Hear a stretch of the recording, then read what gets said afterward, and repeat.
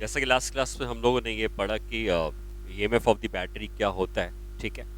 और फिर उसके ऊपर हमने कुछ क्वेश्चंस भी किए कि जो पावर एक्सटर्नल रेजिस्टेंस में मैक्सिमम होनी चाहिए तो उसका रिजल्ट हमने निकाला था। तो हमने क्या सीखा था? हमने सीखा था कि अगर हमारे पास कोई बैटरी है जिसका ईएमएफ ई है, इंटरनल रेजिस्टेंस आर का है, और अगर हमको ये पता करना है कि ये एक्सटर्नल रेजिस्टेंस कितना होना चाहिए जिससे कि इस एक्सटर्नल रेजिस्टेंस में पावर डेवलप मैक्सिमम हो, तो हमें ये पता चला था कि आर एक्सटर्नल अगर स्मॉल आर के बराबर हो जाएगा तो उस केस में power develop in are external is maximum, ठीक है।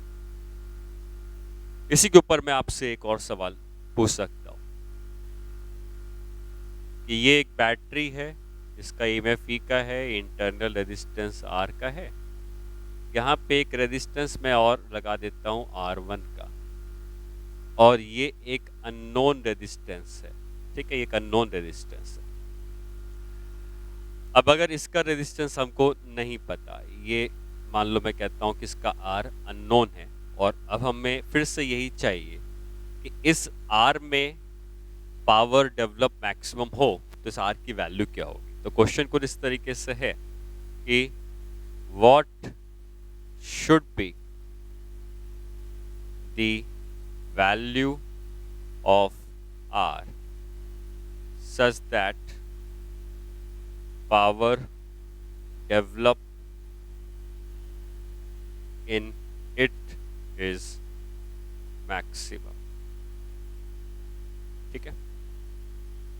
तो आप इसमें इस तरीके से समझें कि इस आर में हम चाहते हैं कि पावर मैक्सिमम हो, और ये बैटरी अगर ये नहीं होता तो इस आर को हम स्मॉल आर के बराबर कर दो। लेकिन अगर ये भी है तो हम इसको सॉल्व नहीं करेंगे दोबारा, हम इसमें इस कॉन्सेप्ट का यूज करेंगे कि अगर मान लो ये स्मॉल आर और ये कैपिटल R1 जो है, ये कहा जा सकता है कि ये दोनों एक साथ सीरीज में जुड़े हुए हैं, ठीक है। तो इस R के अलावा जितने भी सर्किट में रेजिस्टेंस हैं वो सब अगर हम एक संग कंसीडर कर लें तो हम ये मान सकते हैं कि हालांकि बैटरी का इंटरनल रेजिस्टेंस स्मॉल r का है, मान लो ये R1 भी इसी के संग जुड़ जाएगा तो बैटरी का जो टोटल इंटरनल रेजिस्टेंस है वो R1 प्लस R का हो जाएगा। तो हम ये कहेंगे कि ये जो एक्सटर्नल रेजिस्टेंस होना चाहिए जिसकी वैल्यू हमें पता करनी है, ये एक्सटर्नल रेजिस्टेंस अगर इंटरनल रेजिस्टेंस के बराबर होता है तो पावर डेवलप मैक्सिमम होती है। और यहाँ पे इंटरनल रेजिस्टेंस सिर्फ ये नहीं होगा, इसको भी हम सीरीज में लेके मान लेंगे कि उसी का हिस्सा है, और हम ये कह सकते हैं कि एक्सटर्नल रेजिस्टेंस स्मॉल r की प्लस R1 इन दोनों के सम के बराबर ये एक्सटर्नल रेजिस्टेंस अगर हम जोड़ देंगे तो इस रेजिस्टेंस में पावर डेवलप मैक्सिमम हो जाएगी, ठीक है। तो यही इसका आंसर होगा। अच्छा, अब और आगे बढ़ते हैं और हम सीखते हैं कि अब जो कॉम्बिनेशन है बैटरीज का सीरीज और पैरेलल, वो कैसे हमें यूज करना है। तो यहां पर सबसे पहले हम समझते हैं कि सीरीज कॉम्बिनेशन ऑफ सेल्स, ठीक है। ये जो सेल्स हैं, जैसे ये एक सेल है, ऐसी कई सारी सेल होंगी, इनका सीरीज कॉम्बिनेशन। इसमें क्या है कि अगर हम ये मानते हैं कि ये एक सेल है, ये दूसरी सेल है, ये तीसरी सेल है, इस तरीके से कई सारी सेल हो सकती है। सबके कुछ ना कुछ ईएमएफ होंगे और इंटरनल रेजिस्टेंस होंगे, E2 R2 E3 R3 E4 EN RN, ठीक है। ऐसे मान लो n सेल्स। तो इन सारे सेल्स के बदले, जैसे इस पॉइंट को अगर मैं कहता हूं पॉइंट ए और इस पॉइंट को मैं कहता हूं पॉइंट बी, तो पॉइंट ए और पॉइंट बी के बीच में अगर एक सिंगल सेल लगानी होती तो उसको हम कहते इक्विवेलेंट, और उसका एक सिंगल इंटरनल रेजिस्टेंस लगाना होता तो उसको हम कहते आर इक्विवेलेंट। और अब अगर हम ए और बी के बीच में एक सिंगल बैटरी लगाते हैं जिसका EMF V equivalent R equivalent है, तो हमने जो डायग्राम बनाया है उसमें अगर आप ध्यान दें कि सबकी पॉजिटिव पोलैरिटी एक ही तरफ है। अगर अपोजिट होगी तो उसका मैं बताऊंगा, लेकिन आप समझ सकते हैं कि सबकी पॉजिटिव पोलैरिटी लेफ्ट की तरफ है।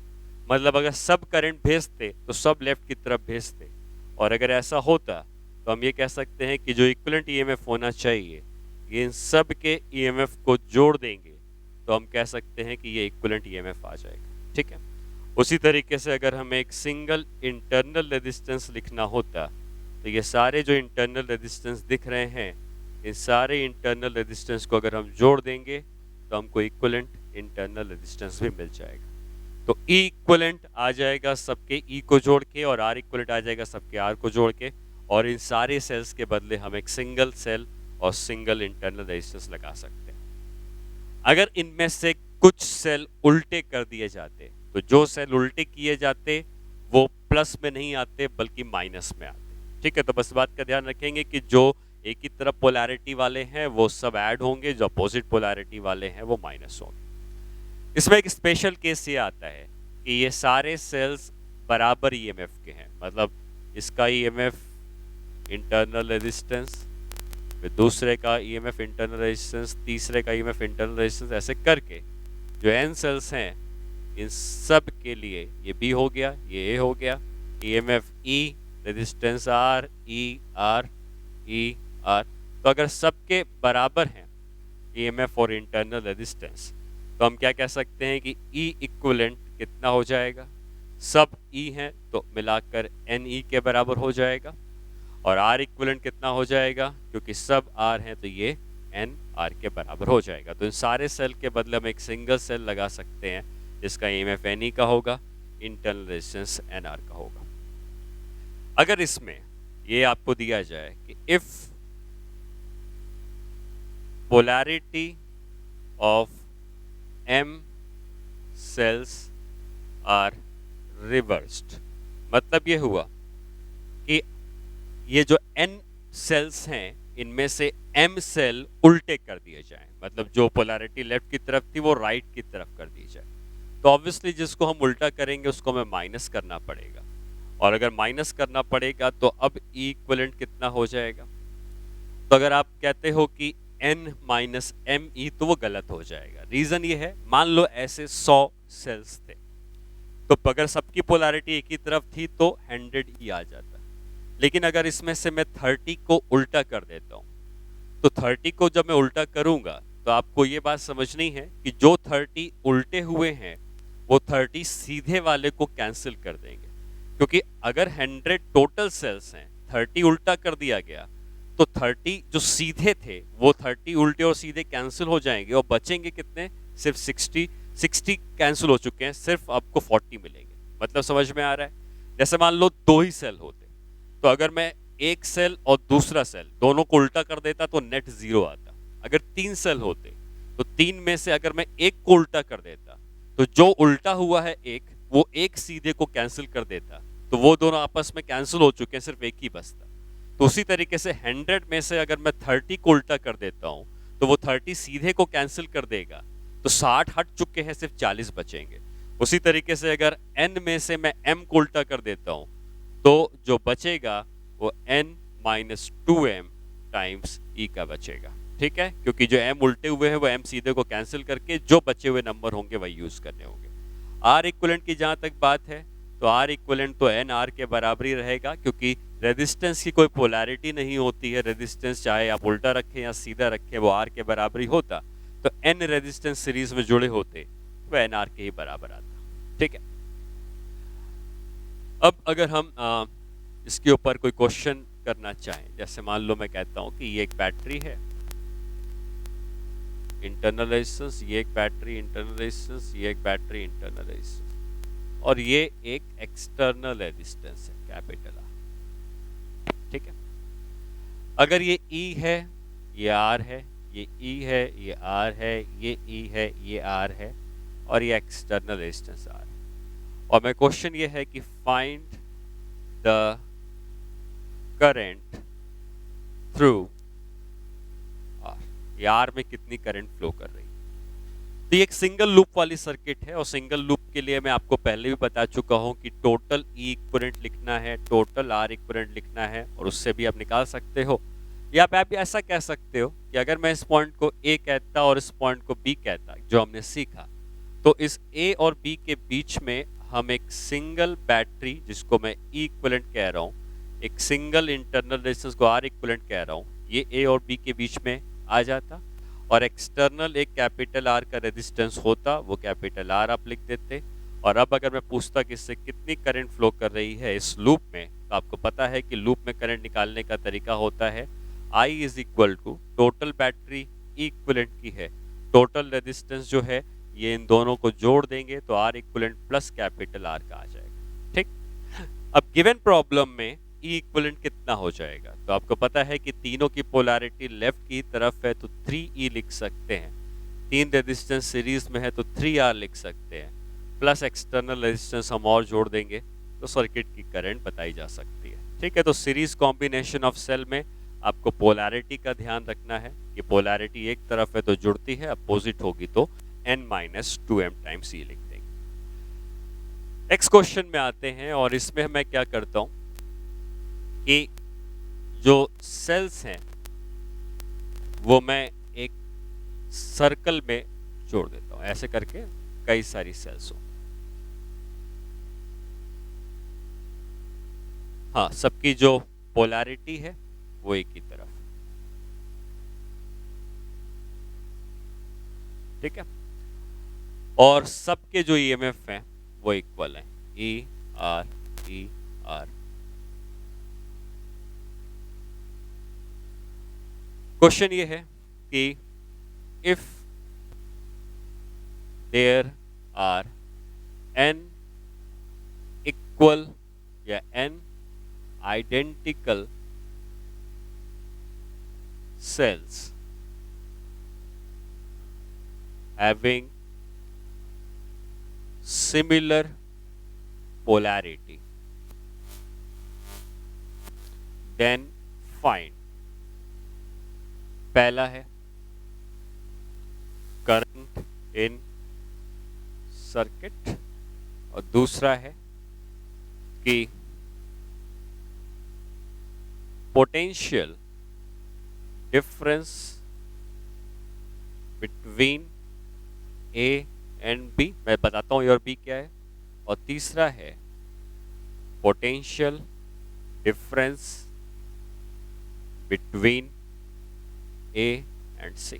ठीक है, तो मान लो मैं पॉइंट ए और बी ए सी बाद में रिप्रेजेंट करता हूं, पहले मुझे करंट चाहिए। तो आप ये सोचें कि ये एक सिंगल लूप वाली सर्किट है, इसमें कोई एक्सटर्नल रेजिस्टेंस भी नहीं जुड़ा है, कोई बात नहीं। लेकिन अगर सिंगल लूप वाली सर्किट है तो अगर मैं पूछता कि ई इक्विवेलेंट कितना होगा, तो आप एन ई कह देते, क्योंकि एन सेल्स हैं, सबकी ईएमएफ ई है और सबकी पोलैरिटी एक ही तरफ है।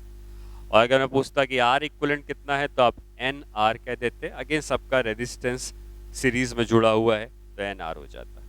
और करंट की अगर हम बात करते तो लिखते E equivalent upon R equivalent plus capital R लिखते, लेकिन यहाँ पर ये कैपिटल आर नहीं है, ये बात आप ध्यान रखेंगे, अगर होता तो उसको भी जोड़ देते। तो ई इक्विवेलेंट कितना आ गया, एन ई, आर इक्विवेलेंट कितना आ गया, एन आर, ये ई एन एन कैंसिल हो जाएगा, और जो सर्किट में करंट होगी वो ई बाई आर के बराबर आ गई। ठीक है, मान लो मैं कहता हूं कि यहाँ पे एक पॉइंट है जिसको मैंने ए कहा है, और यहाँ एक पॉइंट इसको मैंने बी कहा है, सबकी पोलैरिटी एक ही तरफ है, इसका मतलब सर्किट में जो भी करंट फ्लो कर रही होगी वो इसी डायरेक्शन में फ्लो कर रही होगी। ठीक है, और अगर करंट सब में एक ही तरफ फ्लो कर रही है और मैं ए और बी के बीच का पोटेंशियल डिफरेंस पूछ रहा हूँ, तो थोड़ा सा याद करें, हमने जो लास्ट क्लास में सीखा था कि discharging of battery and charging of battery.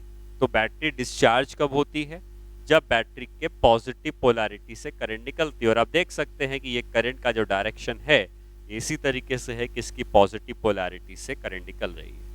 और जब पॉजिटिव पोलैरिटी से करंट निकलती है तो ये ए और बी के बीच का जो पोटेंशियल डिफरेंस होता है इसको हम लोग टर्मिनल वोल्टेज कहते थे, कि बैटरी के लेफ्ट और राइट के बीच में जो पोटेंशियल डिफरेंस है उसको टर्मिनल वोल्टेज कहते थे।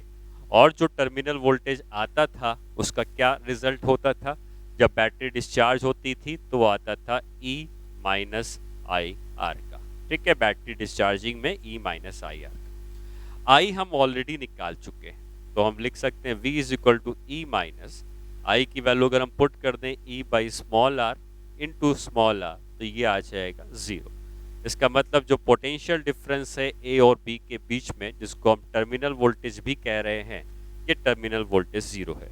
और ऐसा सिर्फ इस बैटरी के साथ नहीं है, आप किसी भी बैटरी का टर्मिनल वोल्टेज निकालेंगे, जैसे ये हो गया या ये हो गया या ये हो गया, वो टर्मिनल वोल्टेज 0 ही आएगा। यहाँ पे मैंने एक और पॉइंट लिख दिया, पॉइंट C। और अब थर्ड पार्ट में पूछा गया है कि A और C के बीच का डिफरेंस। तो आप ये समझें कि A और B में 0 का डिफरेंस है। यहाँ पे अगर कोई और पॉइंट होता तो इनके बीच में भी 0 का ही डिफरेंस आता, और फिर यहाँ पे ये पॉइंट होता तो इनके बीच में भी 0 का डिफरेंस आता।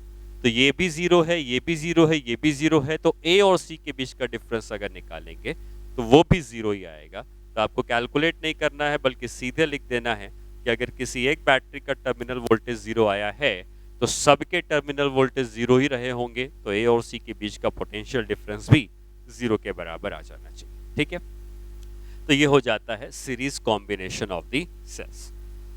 नेक्स्ट हम लोग पढ़ेंगे parallel combination of the cells. अब पैरेलल कॉम्बिनेशन में क्या होता है? तो पैरेलल कॉम्बिनेशन में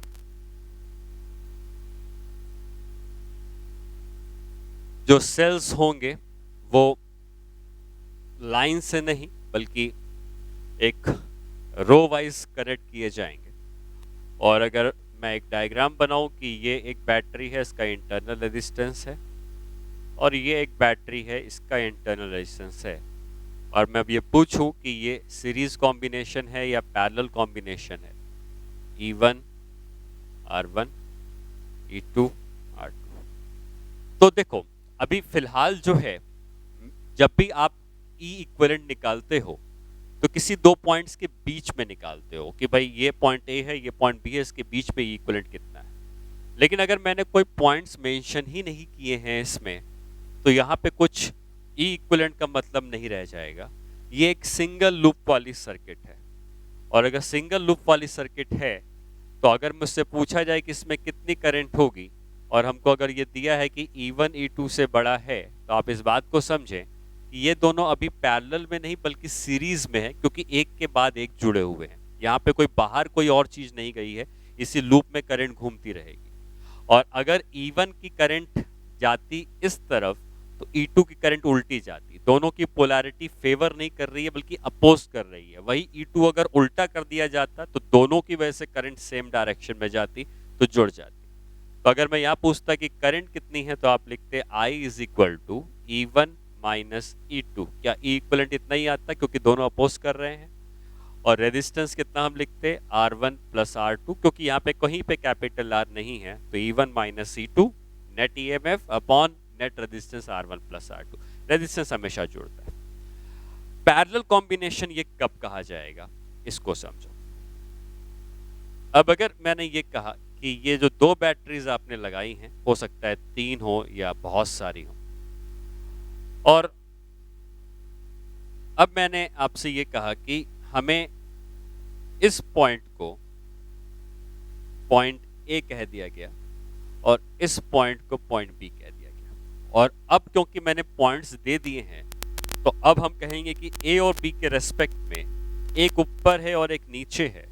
तो पैरेलल कॉम्बिनेशन का मतलब होता है पोटेंशियल डिफरेंस का बराबर होना।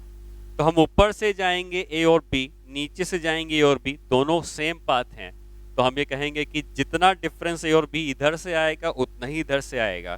तो A और B के बीच में ये दोनों जो कनेक्ट होंगे वो पैरेलल में कहे जाएंगे। और अब हम चाहते हैं कि इस कॉम्बिनेशन में इन दोनों के बदले अगर हम एक सिंगल बैटरी लगाते जिसको हम E इक्विवेलेंट कहते, एक सिंगल रेजिस्टेंस लगाते जिसको हम R इक्विवेलेंट कहते, ये पॉइंट B होता, ये पॉइंट A होता, तो इनके बदले एक सिंगल बैटरी और सिंगल रेजिस्टेंस लगाने के बाद ये पैरेलल कॉम्बिनेशन का E इक्विवेलेंट हम निकाल सकते हैं। अब ये E इक्विवेलेंट कितना होता है, इसके लिए आप सीधे फॉर्मूला याद रख सकते हो, क्योंकि जरूरत नहीं है इसमें कैसे आता है, क्योंकि किरचॉफ लूप लॉ लगा के निकल जाएगा। बट आप सीधे रिजल्ट याद रख सकते हैं कि अगर हमारे पास ये दो सेल्स पैरेलल में है, 3 4 5 और भी हो सकते थे, मैं दो के लिए बताऊंगा तो आप जनरलाइज कर पाओगे। तो यहाँ पर जो ई इक्विवेलेंट निकालने का तरीका होता है वो होता है कि जो E equivalent divided by R equivalent का रेशियो होता है ये E1 by R1 plus E2 by R2, और भी होते तो उनको भी हम जोड़ देते। तो हम ये कह सकते हैं कि A और B के बीच में अगर एक सिंगल ईएमएफ होता ई इक्विवेलेंट का, तो E equivalent by R equivalent is equal to E1 by R1 plus E2 by R2। भाई आर इक्विवेलेंट क्या है? आप ये भी कह सकते हो कि ये दोनों रेजिस्टेंस को अगर हम सिर्फ कंसीडर करें बैटरी हटाकर, तो क्या ये दोनों रेजिस्टेंस पैरेलल में जुड़े हुए हैं? और अगर ये दोनों रेजिस्टेंस पैरेलल में जुड़े हुए हैं तो 1 by R equivalent is equal to 1 by R1 plus 1 by R2। ये आर इक्विवेलेंट आप निकाल लोगे यहाँ से और आर इक्विवेलेंट यहाँ रख दोगे तो आपको नेट ईएमएफ आ जाएगा। वही अगर मैंने किसी एक की पोलैरिटी उल्टी कर दी, तो जैसे दोनों की पॉजिटिव पोलैरिटी लेफ्ट में है तो आप दोनों को ऐड कर रहे हो, वहीं अगर किसी की पोलैरिटी मैंने उल्टी कर दी तो उसको आपको माइनस करना पड़ेगा। ठीक है, इसी तरीके से अगर हमारे पास, अच्छा अब इसमें आप क्या समझते हो, एक बात और समझो। ठीक है, इतना अगर आपको समझ में आ गया है कि ए और बी के बदले हम एक सिंगल रेजिस्टेंस लगाते तो इतना होता। मान लो मैं आपसे ये कहता कि इतना पार्ट समझने के बाद इसके आगे के पार्ट की बात कर रहा हूँ कि मैंने यहाँ पर एक एक्सटर्नल रेजिस्टेंस कैपिटल आर का जोड़ दिया और अब मैंने कहा कि इसमें क्या करंट फ्लो कर रही है ये बताओ। तो अगर आपको इसमें करंट निकालनी है तो हमको ये पता है कि इस कॉम्बिनेशन के बदले हमारे पास जो कॉम्बिनेशन आया है एक सिंगल सेल का वो ये हो जाएगा, और ये एक्सटर्नल रेजिस्टेंस अगर जुड़ा है तो मैं यहाँ पर भी वही डायग्राम बनाकर एक एक्सटर्नल रेजिस्टेंस आर का जोड़ देता हूँ। ठीक है, ये डायग्राम और वो डायग्राम सिमिलर है क्योंकि ए और बी के बीच में इनके बदले ये आ गया था और कैपिटल आर यहाँ जुड़ा है। और अगर इसमें करंट अगर पूछी गई है तो क्या ये सिंगल लूप वाली सर्किट हो गई, एक ही लूप आपको दिख रहा है। इस लूप में अगर मैं करंट पूछता तो आप लिखते I is equal to E equivalent हमको पता है, आर इक्वलेंट हमको पता है, सारी बैटरीज के बदले अकेली बैटरी, सारे बैटरीज के बदले इंटरनल रेजिस्टेंस इतना, लेकिन क्योंकि एक एक्सटर्नल भी है तो क्या स्मॉल आर और कैपिटल आर सीरीज में जुड़े होंगे एक सिंगल लूप के लिए, तो I की वैल्यू आ जाएगी E equivalent upon R equivalent plus capital R. ठीक है, उसी तरीके से अगर और भी बैटरीज होती तो हम ई इक्वलेंट सिमिलर तरीके से निकालते, आर इक्वलेंट निकालते और करंट निकाल सकते। अगर यहाँ पर बैटरीज जो हैं वो आइडेंटिकल बैटरीज होती, कहने का मतलब ये ई है, आर है, यहाँ भी ई है, आर, इस तरीके से मान लो मैं n बैटरीज लेता हूँ या n सेल्स लेता हूँ। ठीक है, ई आर, ये टोटल जो है ऐसे बीच में भी कई ब्रांचेस गई होंगी और ऐसे करके हम कहेंगे कि टोटल n रोज हैं, और अगर n रोज हैं तो ऑब्वियसली n सेल होंगे। अब इन सब के बदले अगर मुझे एक पॉइंट A और पॉइंट B अगर मैं कहूं और मुझे कहा जाए कि एक सिंगल EMF लिखो, तो क्या वो सिंगल EMF उसी तरीके से लिखा जाएगा? कैसे? E equivalent by R equivalent is equal to E by R plus E by R, ऐसे करते करते n बार E बाई आर जोड़ना पड़ेगा। ठीक है, R इक्वलेंट कितना है? क्योंकि ये सब R हैं और अगर R के n रेजिस्टेंस पैरेलल में हो जाएंगे तो सीरीज में जब होता है तो आर आर सीरीज में होता तो NR हो जाता, लेकिन पैरेलल में अगर R n बार जुड़ा है तो R बाई n हो जाता। जैसे पैरेलल में R के 3 होते तो R बाई 3 होता, वैसे ही पैरेलल में R के अगर n है तो R बाई n हो जाता। तो हम यहाँ पे लिखते कि E equivalent upon R equivalent की value R divided by n हो जाती और ये n E बाई R हो जाता। और अगर मैं इसको इधर भेज देता तो E equivalent is equal to R by n into N E by R, N N cancel हो जाता, आर कैंसिल हो जाता और E इक्वलेंट की वैल्यू E के ही बराबर हो जाती। मतलब अगर हमारे पास R identical n identical cells अगर हम पैरेलल में कनेक्ट कर देते हैं तो E इक्वलेंट इतना आता है और R इक्वलेंट कितना आया था? R इक्वलेंट आया था R बाई n, क्योंकि अगर n पैरेलल में जुड़े हैं रेजिस्टेंस तो इतना आ जाए।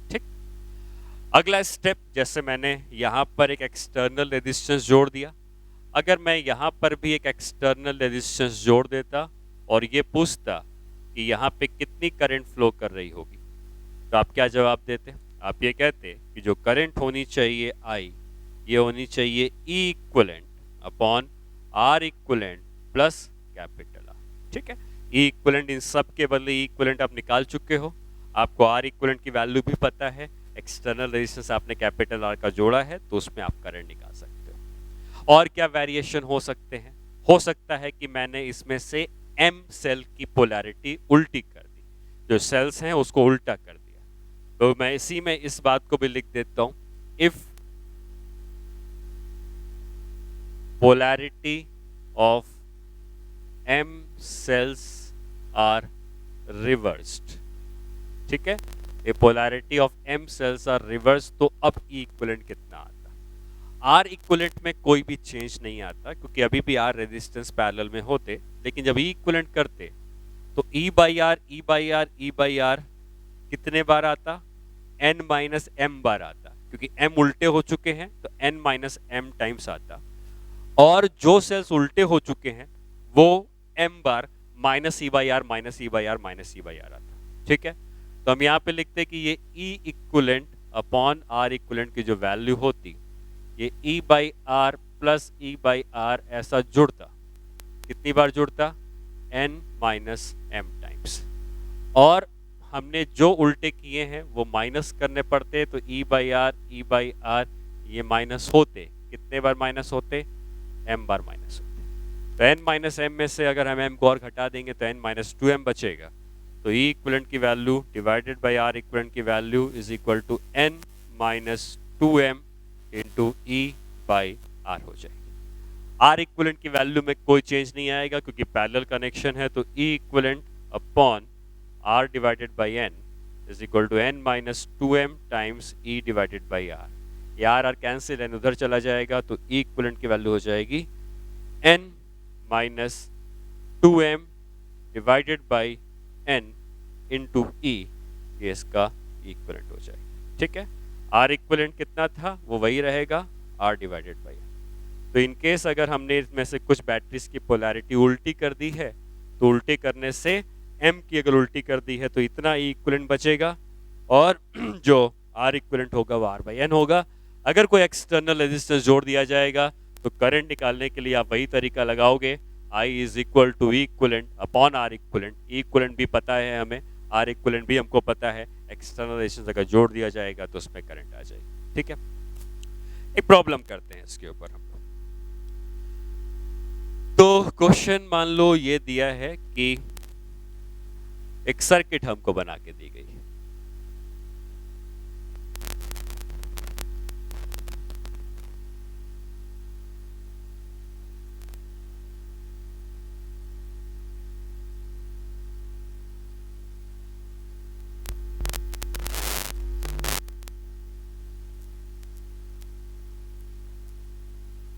ये कहा गया है कि ये 6 वोल्ट है, 1 ओम है, ये 10 वोल्ट है, ये 2 ओम है, और ये मान लो दिया है 1 ओम है और इसका ई हमको नहीं पता।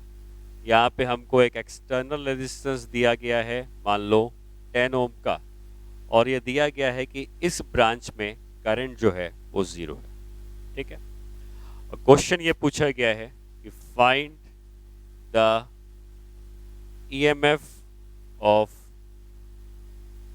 Unknown battery. तो यहां पर एक सेल की पोलैरिटी उल्टी है और बाकी दो की पोलैरिटी सीधी है, तो अगर मैं आपसे पूछता कि ई इक्विवेलेंट बताओ, ठीक है, तो ई इक्विवेलेंट कैसे हम निकालते? ई इक्विवेलेंट हम निकालते कि E equivalent divided by R equivalent का जो फॉर्मूला था उसके हिसाब से ई बाई आर मतलब 6/1 प्लस ई बाई आर मतलब 10/2 माइनस करना पड़ता क्योंकि ये उल्टा है ई बाई 1। ठीक है, और हम ये कह सकते थे कि जो ई इक्विवेलेंट आना चाहिए ये हो जाएगा 6 + 5 11 minus E. Divide multiplied by R equivalent, चाहो तो इधर ले जाओ। अब आप ये समझें कि इस एक्सटर्नल रेजिस्टेंस में करंट जीरो है, और हम करंट निकालते कैसे हैं? करंट निकालते हैं I is equal to E equivalent upon R equivalent plus capital R, यही तरीका है। और अगर ये करंट यहाँ पर जीरो है तो वो तभी जीरो हो सकती है जब ई इक्विवेलेंट जीरो, और कोई तरीका ही नहीं। और इसका मतलब ये रहा कि जब ये करंट जीरो है तो ई इक्विवेलेंट जीरो आना चाहिए, और ई इक्विवेलेंट जीरो होने का मतलब इसकी वैल्यू जीरो होनी चाहिए। और अगर इसकी वैल्यू जीरो है तो हम क्या कह सकते हैं कि इक्विवेलेंट अगर जीरो है तो 11 माइनस ई भी जीरो होगा, मतलब जो ई होगा वो 11 का हो जाएगा। तो जो बैटरी अननोन है उसका ईएमएफ जो होगा वो 11 वोल्ट का आना चाहिए, क्योंकि करंट जीरो है तो आई जीरो तो इक्विवेलेंट जीरो, उसका यूज करके हमने निकाला। ठीक है। नेक्स्ट आप ये समझें कि ऐसा हो सकता है किसी क्वेश्चन में कि जो सीरीज जो हमने पैरेलल कॉम्बिनेशन लिया है इसमें हमने सारी बैटरीज को नॉन आइडियल माना है क्योंकि इंटरनल रेजिस्टेंस है। अगर इन केस कोई भी ऐसी बैटरी आ जाती है जो कि आइडियल होती है तो उसमें हमें कैसे सॉल्व करना है? तो पैरेलल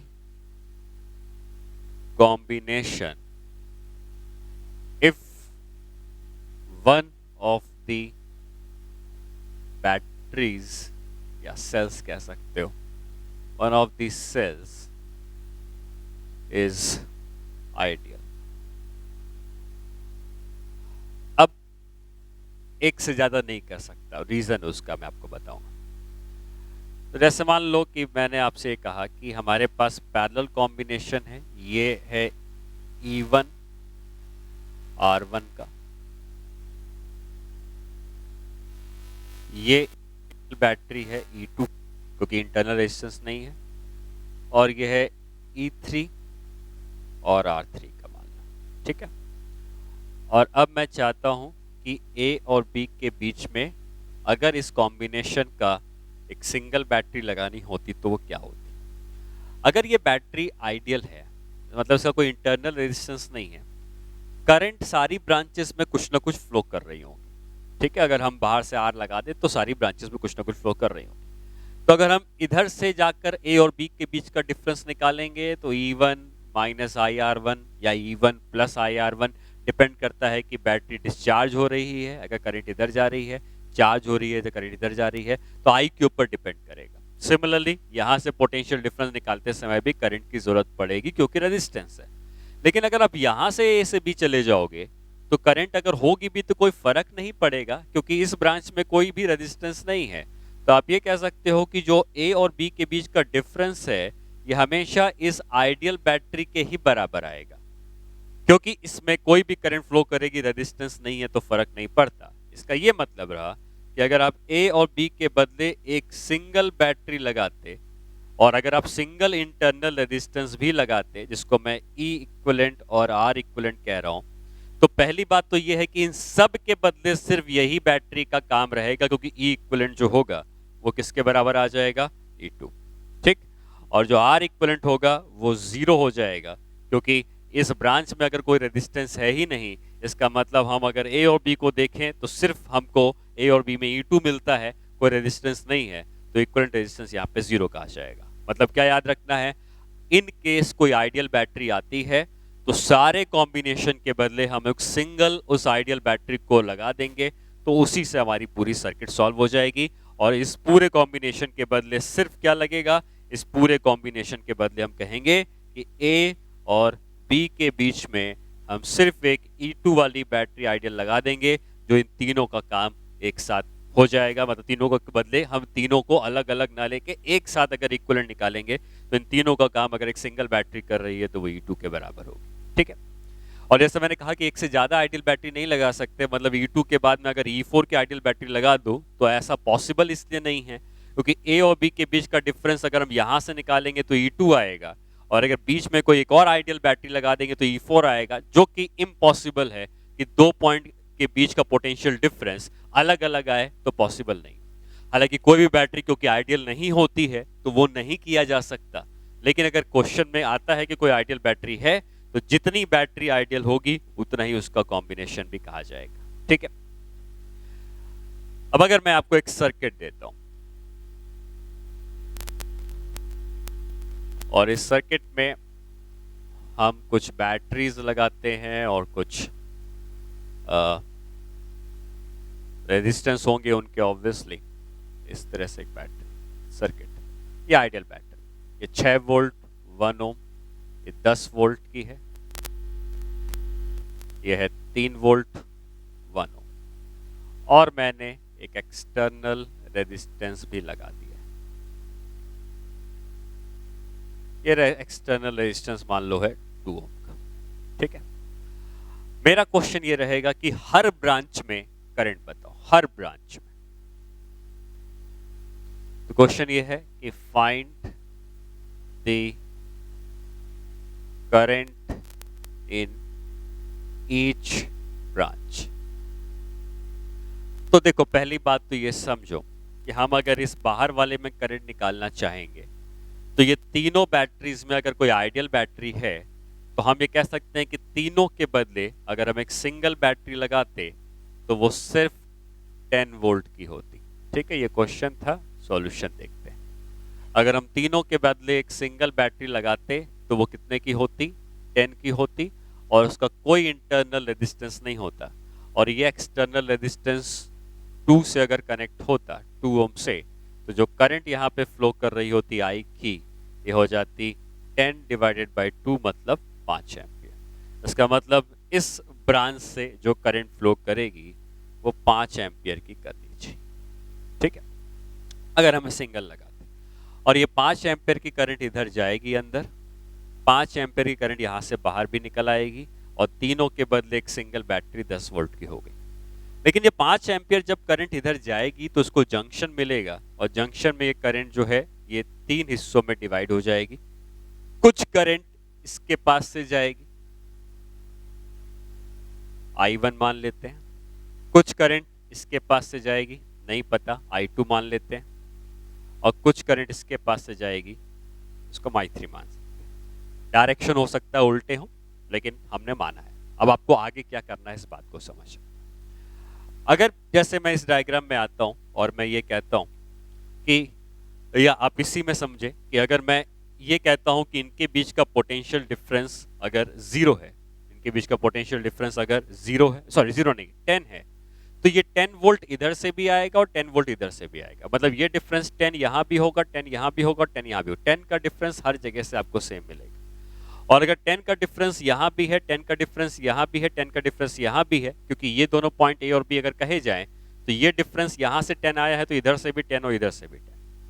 अब अगर इस बैटरी को कंसीडर करो तो ये बैटरी में हम ये कह सकते हैं कि बैटरी डिस्चार्ज हो रही है, क्योंकि हमने I1 की करंट इधर जाती हुई मानी है, और जो भी बैटरी डिस्चार्ज होती है उसमें अगर हम पोटेंशियल डिफरेंस निकालते हैं जिसको टर्मिनल वोल्टेज कहते हैं तो V माइनस IR का होता है। तो मैं इस 6 वोल्ट की बैटरी के लिए क्या लिखूंगा, ध्यान देना, हम ये लिखेंगे कि जो E माइनस IR होता है जिसको हम टर्मिनल वोल्टेज कह रहे हैं, यही टर्मिनल वोल्टेज 10 वोल्ट ये भी है, 10 ये भी है, 10 ये भी है। तो इसके लिए क्या लिखेंगे, 6 minus I1 into 1 is equal to 10। इसका मतलब I1 की वैल्यू कितनी आ जाएगी, ये इधर चला जाएगा, इधर चलेगा -4।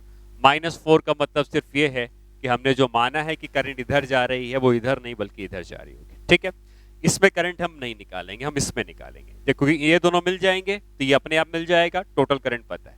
अब ये करंट कितनी होगी, इसमें कितना टर्मिनल वोल्टेज लिखेंगे, अगेन बैटरी डिस्चार्ज होती हुई मान रहे हैं तो सेम फॉर्मूला कितना है, 3 माइनस I3 इंटू रेजिस्टेंस कितना है 1 इज इक्वल टू, इसका भी टर्मिनल वोल्टेज 10 ही होगा क्योंकि आइडियल बैटरी 10 की है तो सब 10 के बराबर होंगे। अब ये I3 की वैल्यू कितनी आ जाएगी, ये इधर चला जाएगा, इधर चला जाएगा तो -7 एम्पियर। मतलब इसमें भी जो करंट मानी गई है इसका डायरेक्शन जो होगा वो उल्टा होगा। ओवरऑल अगर आपने ये दोनों निकाल लिए हैं तो अब मैं इस सर्किट को दोबारा बनाता हूं, ठीक है, और आप देखें कि करंट किस ब्रांच में कितनी है। ये हो गई पहली ब्रांच, ये हो गई दूसरी ब्रांच, और ये हो गई तीसरी ब्रांच। यहां से हमने एक्सटर्नल रेजिस्टेंस लगाया था 2 ओम का, ठीक है, बाकी ये 3 बैटरीज थी। हमें ये पता है कि यहाँ पे 5 एम्पियर की करंट फ्लो कर रही है, ये हमने निकाल लिया। I1 कितना आया है, I1 आया है -4। मतलब हमने जो डायरेक्शन माना है लेफ्ट में, वो लेफ्ट में नहीं होगा बल्कि राइट में होगा, और राइट में करंट फ्लो कर रही होगी 4 एम्पियर की। वैल्यू वही रहेगी, डायरेक्शन उल्टा। उसी तरीके से इसमें अगर करंट आई है I3 की -7 एम्पियर, इसका मतलब 7 एम्पियर की करंट जो होगी इस तरफ फ्लो कर रही होगी, ये हो गया 7 एम्पियर। 4 एम्पियर इधर से आया, 7 एम्पियर इधर से आया और 5 एम्पियर इधर से आया। टोटल मिलके कितने एम्पियर हो जाएंगे? 4 इधर, 7 इधर चला गया, 4 इधर चला गया, तो ये हो गया टोटल 7 और 4 11 और 5 एम्पियर 16 एम्पियर। इस 16 एम्पियर की करंट इसमें से फ्लो कर रही होगी। इस 16 एम्पियर में से अगेन ये 4 एम्पियर ऊपर चला जाएगा, यहाँ पे 7 एम्पियर नीचे आ जाएगा और 5 एम्पियर ब्रांच से बाहर आ जाएगा। ठीक है, तो इन दोनों में आपने करंट निकाल ली है। E माइनस आई आर को 10 किया, E माइनस आई आर को 10 किया, डायरेक्शन आपने नेगेटिव आए हैं तो उल्टे कर दिए। और अगर इसमें करंट पता है, इसमें करंट पता है और इसमें करंट पता है, तो जंक्शन लॉ के अकॉर्डिंग 4 आया, 7 आया, 5 आया, तो टोटल आने वाला अगर 16 है तो जाने वाला भी 16 होगा, तो 16 एम्पियर की करंट इससे फ्लो करेगी। ठीक है, नेक्स्ट क्लास में हम लोग सीरीज और पैरेलल कॉम्बिनेशन को कंबाइंड कर देंगे। मतलब हम बैटरीज को सीरीज में भी जोड़ेंगे, बैटरीज को पैरेलल में भी जोड़ेंगे और फिर देखेंगे कि हम उसमें कैसे किस रिजल्ट को निकालते हैं। ठीक है।